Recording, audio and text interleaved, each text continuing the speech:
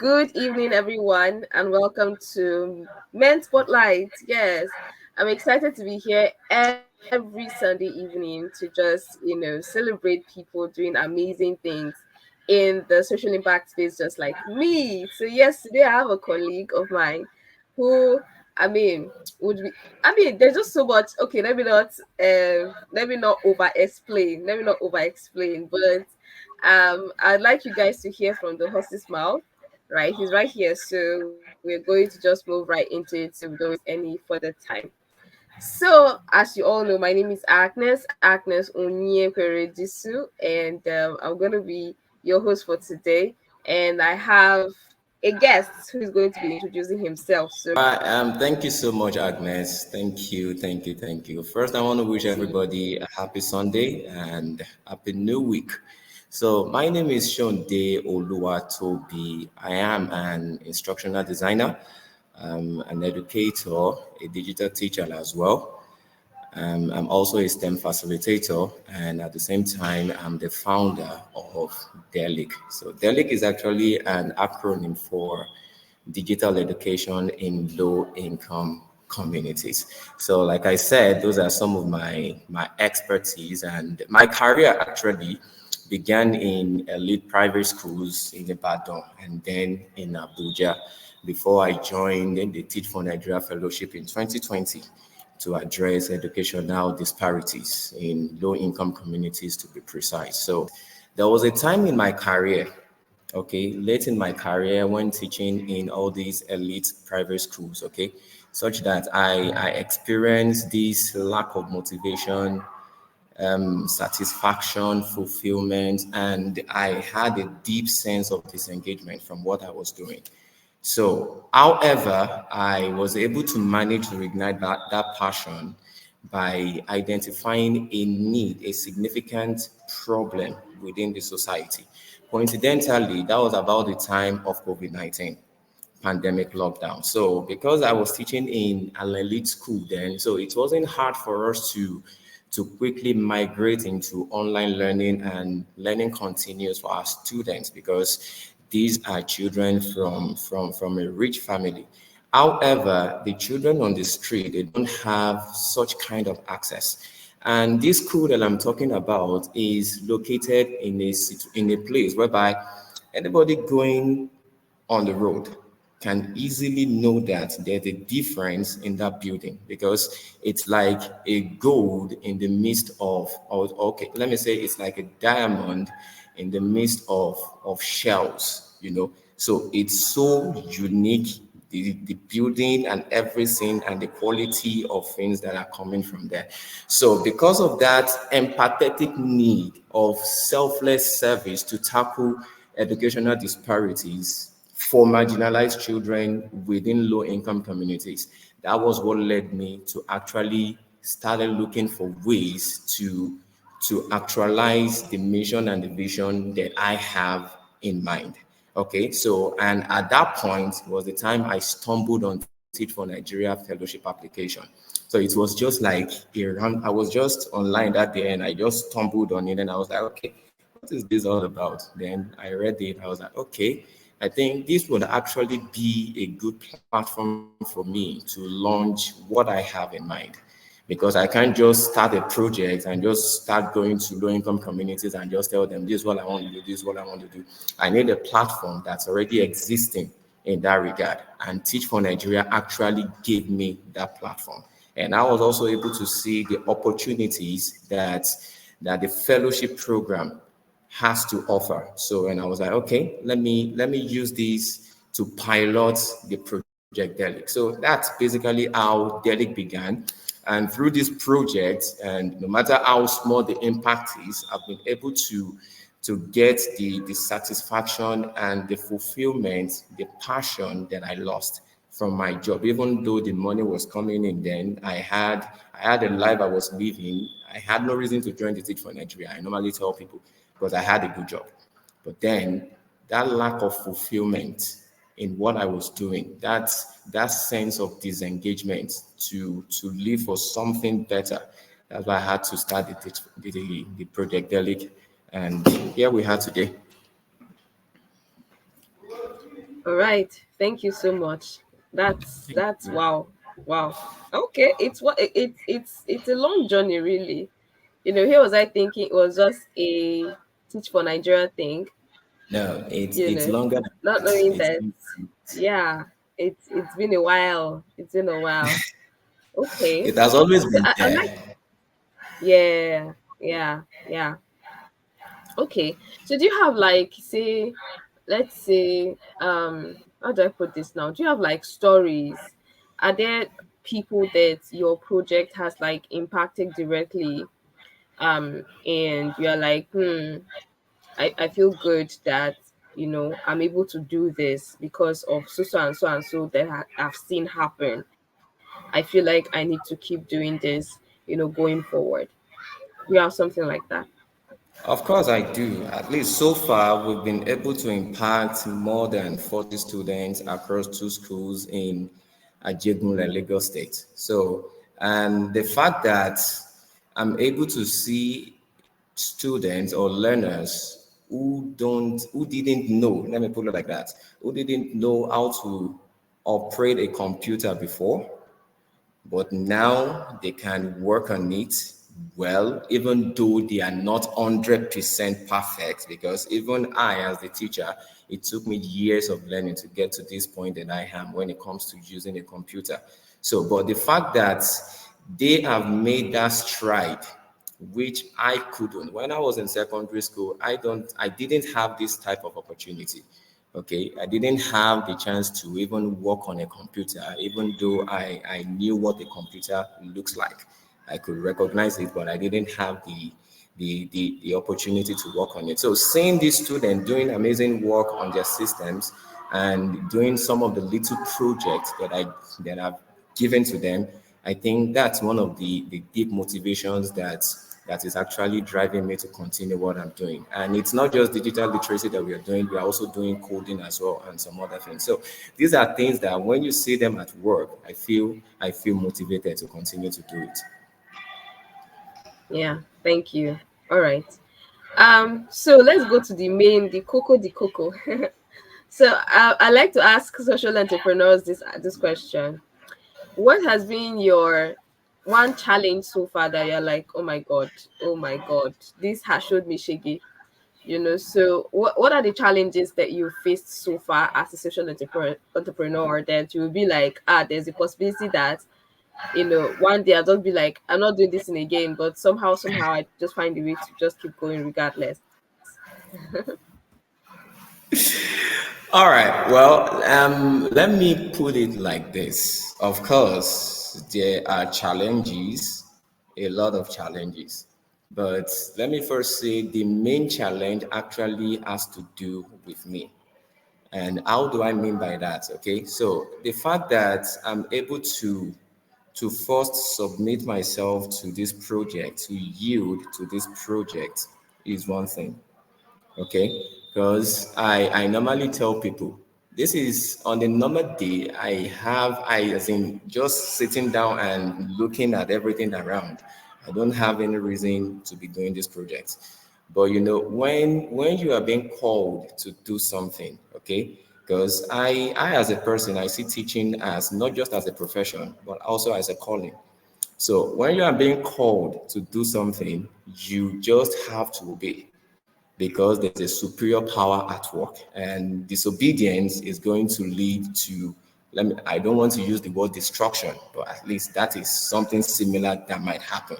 So the fact that I'm able to yield and submit to this mission and the vision is, in fact, I would say, is one of the major challenges that I faced. Because coming down from Abuja to a low income community, Ajegunle, which is a slum, I had a lifestyle that I was living, for crying out loud. I had a way of life. I had a lot of things going on. Okay. But then coming down to Ajegunle to now start something which I've not even done before without any hope that will it be successful, just looking around, I think that's one of the main challenges right there. And of course, funding is also part of it. Every entrepreneur will always face the challenge of having an easy access to funds. Okay, every project runs on financial means, okay, on financial budgets. So on financial, whatever you want to call it, whether directly or indirectly, funds has to be put in place to make it work.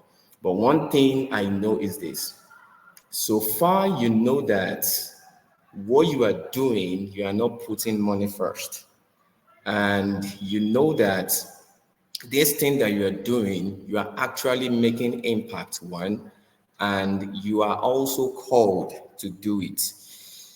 There will always be a supply of the funds or whatever resources that you need. That's one thing I know. I started DELIC without any 1 naira. And so far, I've not collected any 1 naira from anybody. However, God has been able to supply the resources and the materials that I need to start the project. That's a sign that I'm not doing this because of my own will, but because I'm actually called to do this. So that's it for me. Wow, I like what you just said there. Sometimes people just assume that you must wait for the perfect time and Ah, no, perfect no, no. money, perfect opportunity, perfect everything, before you launch out. I'm just realizing that that is all true. That is a It's myth. not. In fact, It's you not. wait and wait and wait. That's the reason why a lot of people wait with their giftings. A lot of people sit Mm, down with the assignments, that they have. They just sit with it and do nothing, because you're waiting for the perfect time. Instead of you to launch out, set to down launch out. Yeah. your net, launch. Oh, yes, Just like Peter somehow did. when we bring the yes, that's just it. A lot of people don't know this. A lot of people don't know this. Sometimes a lot of things we do it in faith, really. Yeah. Because Yeah. there was a time that we're supposed to do one project. So what I did was I called my teammates and I told them, okay, we're going to do this project, and if even if God does not bring people to support what we are doing, we are going to find a way to use our funds together collectively and do it very small, but we are going to do it. We're not just Yeah. going to sit down. So that's how we decided to start doing publicity. We moved on. We started moving, started making plans. And before you know what's happening, we got people reach out to us to say, oh, we want to support this. And at the end of the day, we will not use a dime of our money. In fact, we're literally Imagine. funded, to do Wow. the work that we planned, we set out to do, right?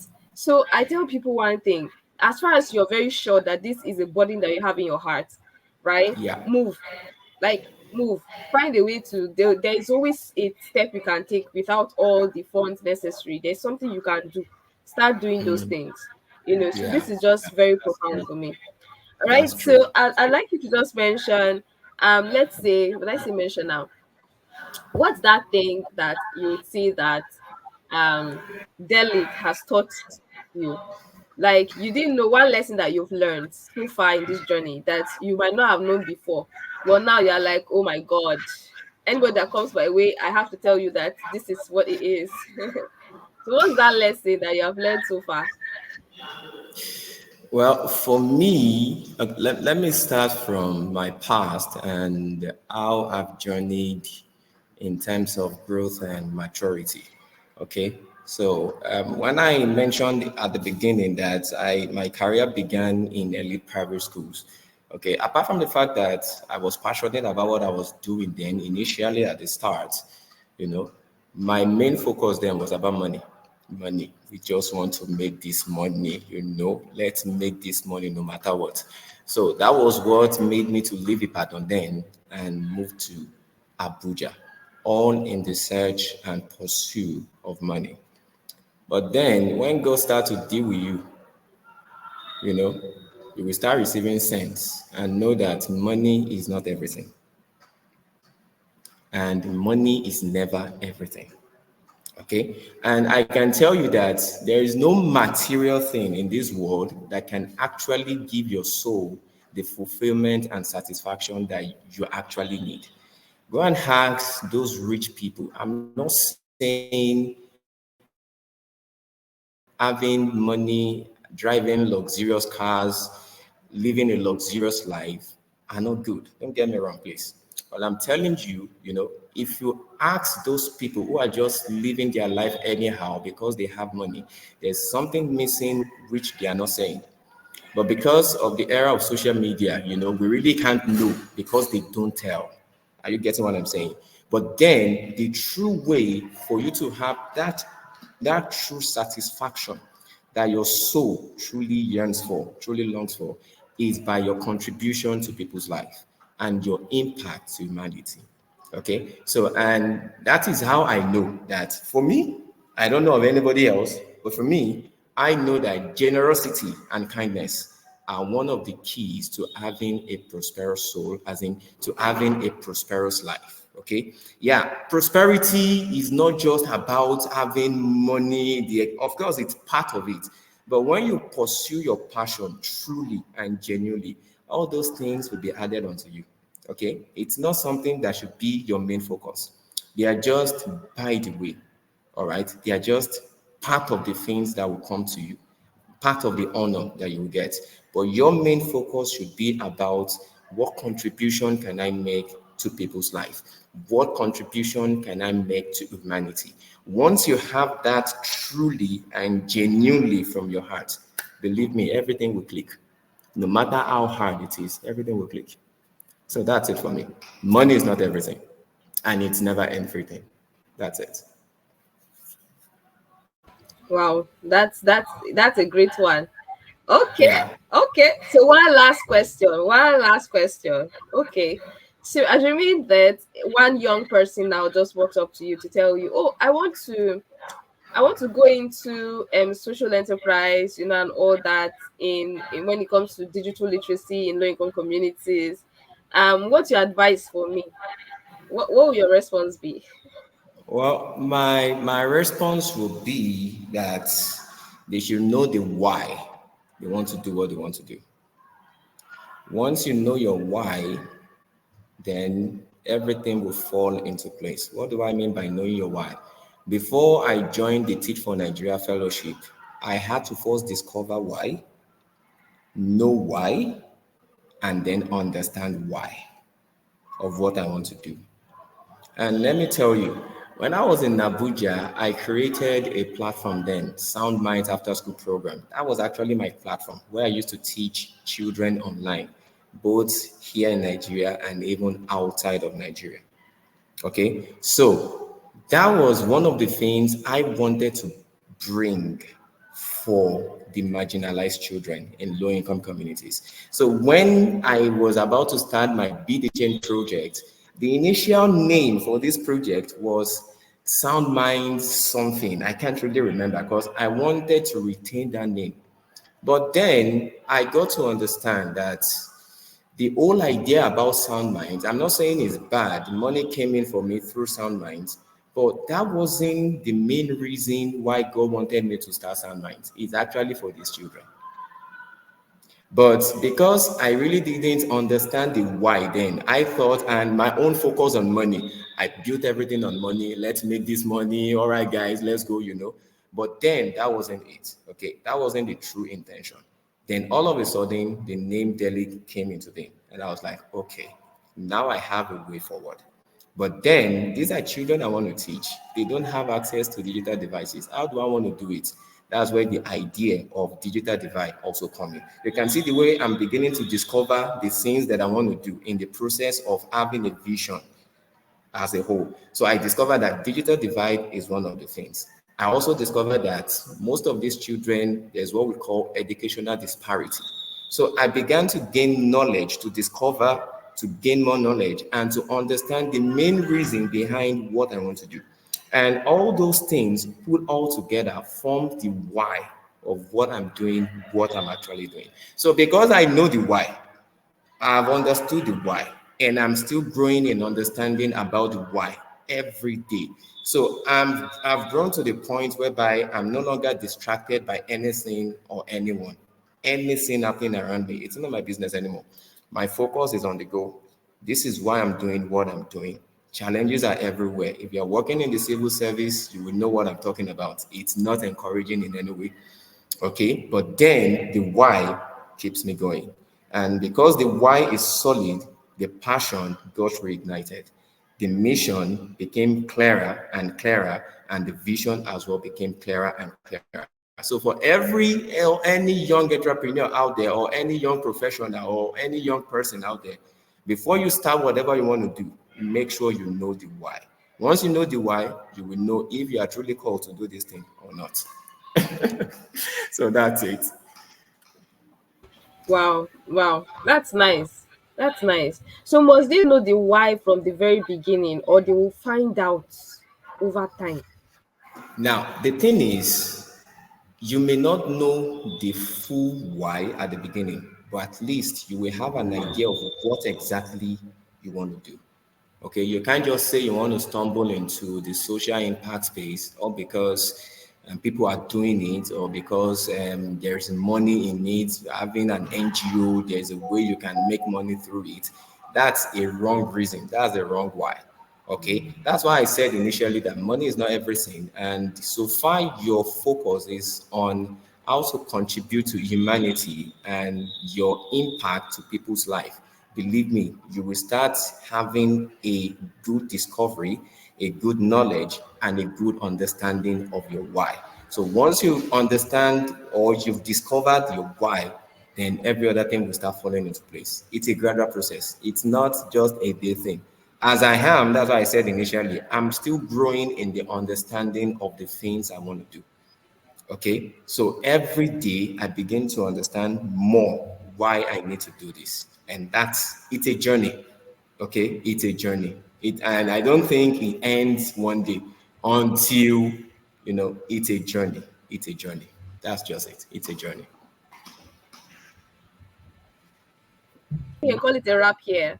That was a very fruitful and productive conversation. Thank you Thank so you. much for Thank you. finding the time to come and have this chat. Thank you. I really appreciate it. All right, you're welcome. Don't worry, I will also do this kind of thing for you. You just give me a good idea. Because for DELIC, I already established what we call mentor talk. Okay, I started that in April. Was it Oh, okay. April or June? So I've already done it. I've done one, but when I was talking with my partners, we were like, okay, how can we do it online if the people that we want cannot actually be here in person? So and I was like, okay, it's Yeah. doable. What Yeah. we just need is a projector and whatever we can connect. So, and I think there's another reason, another confirmation that I need to continue with that thing. Seriously, I need to continue with Yeah. it. So thank you so much. Thank you, Agnes. So I'm You're going to invite. welcome. I'm excited. Yes, please, please invite me or invite me, because I get to tell people that you don't have to wait for people to give you platforms, right? Yeah. Right now with social media, we can actually create our own platforms. You don't have to wait to Yes. enter another person's table. You can create yours. And from Yeah. there, you never can tell. You never can tell, you Yeah. know. So I'm really Yeah. excited. Make sure you extend that invitation to me. I'm waiting on it. Surely I Right. will. Surely I will. Surely I will. Surely I Yeah. will. Thank you so much. Thank you Thank so you. much. Let me let you All go and watch your match now. Bye. right. Bye.